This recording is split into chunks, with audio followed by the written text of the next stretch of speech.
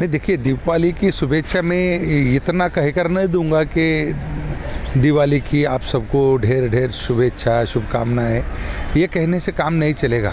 क्यों हम देख रहे हैं कि दिन ब दिन लोग स्वच्छता के ऊपर इतना कंसंट्रेट करते हुए दिखाई नहीं दे रहे हैं। पर्यावरण के प्रति उनका लगाव जो है वो कम होते जा रहा है। वो बड़े बड़े ध्वनि प्रदूषण वाले पटाखे बजाने में, वायु प्रदूषण वाले पटाखे बजाने में वो अपने आप को धन्य मानते हैं।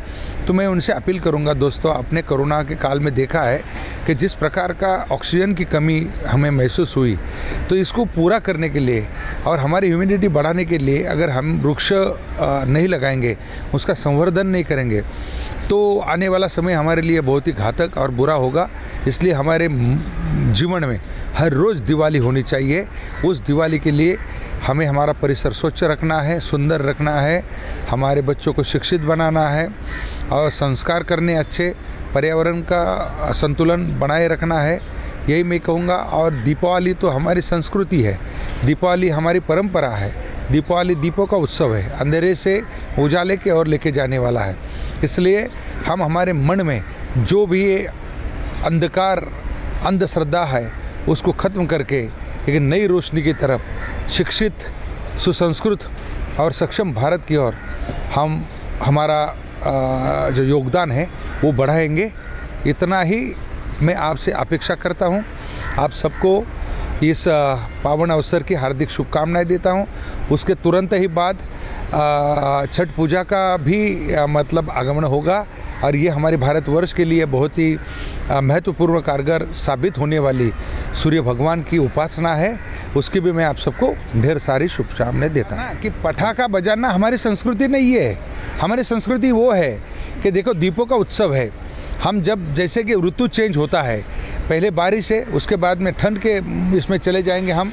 और इसके लिए तो उत्तर प्रदेश में सबसे अधिक सूर्य भगवान की उपासना करते हैं, क्योंकि सूर्य भगवान इस 3 माह में बहुत कम, मतलब सुबह अगर निकलने के बाद में शाम जैसे सूरज ढलता अंधेरा हो जाता है, और सूरज ढलते अंधेरा जब हो जाता है तब उसे उजाले की आवश्यकता है।